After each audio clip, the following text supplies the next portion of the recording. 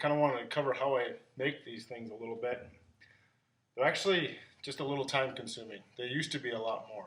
And what I'd actually do is I had a paper pattern and I would lay it on an old disc blade and then hold it down with magnets, trace it out, and then cut it out with a torch.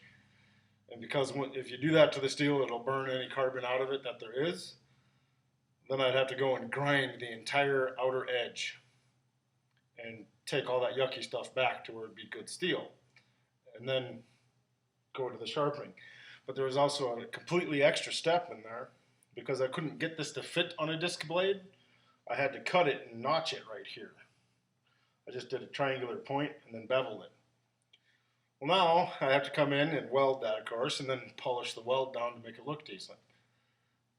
And not to mention, a lot of those blades were used and very pitted and gross.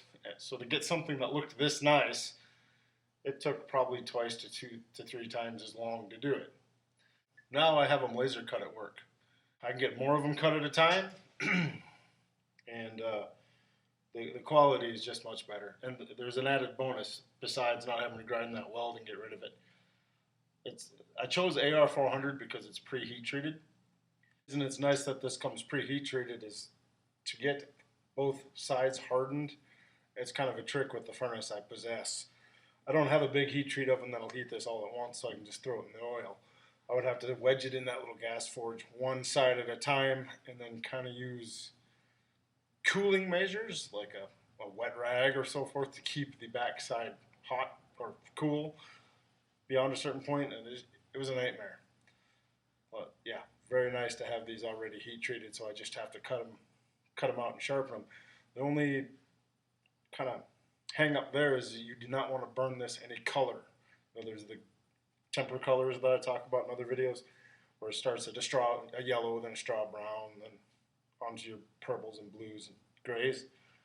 If you burn this blue, you've taken the carbon out of the edge. You've annealed that portion of the edge. The only way to get it back in is to heat it up and retemper it.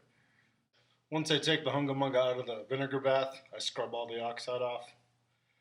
And then I take it out here to the grinder. This one's done, but just for demonstration purposes. Take it out to the grinder, and then I start cutting the edges on it, against the wheel like so. And this is kind of dangerous. There's all these sharp edges on here.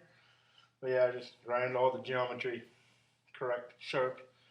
And then when I get it beveled almost where I want it, then I'll actually strop it on this part of the belt because it's got a little give.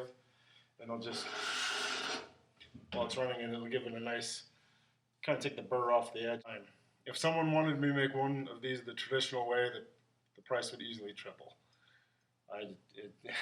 Because I'd have to forge out the bar and then split here and split here, and just a ridiculous amount of hammer work. It can be done, but I'll show you real quick the skeleton from the laser cutting, and then I'll go inside and show you the bucket where I cook the oxide off with vinegar.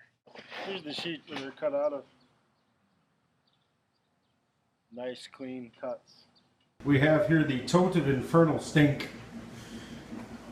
Basically just a plastic tote, obviously, full of about four 1-gallon jugs of distilled vinegar.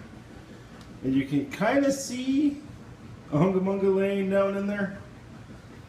But yeah, it's too dark and icky. But you'll see bubbles coming off of it and stuff like that. About 12-14 hours to 24 hours, even better. And you pull it out and you can literally wipe that oxide right off. So it works pretty well.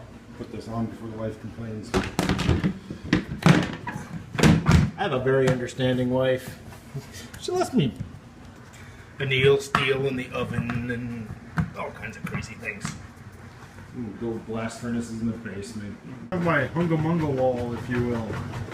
I've got it set up to where on the bottom we've got the laser cut blank, still got all the oxide left on it.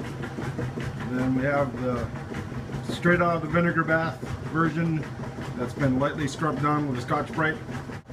And then finally we have the finished, final polish, sharpened, handle wrapped on there and lightly oiled. Thank you.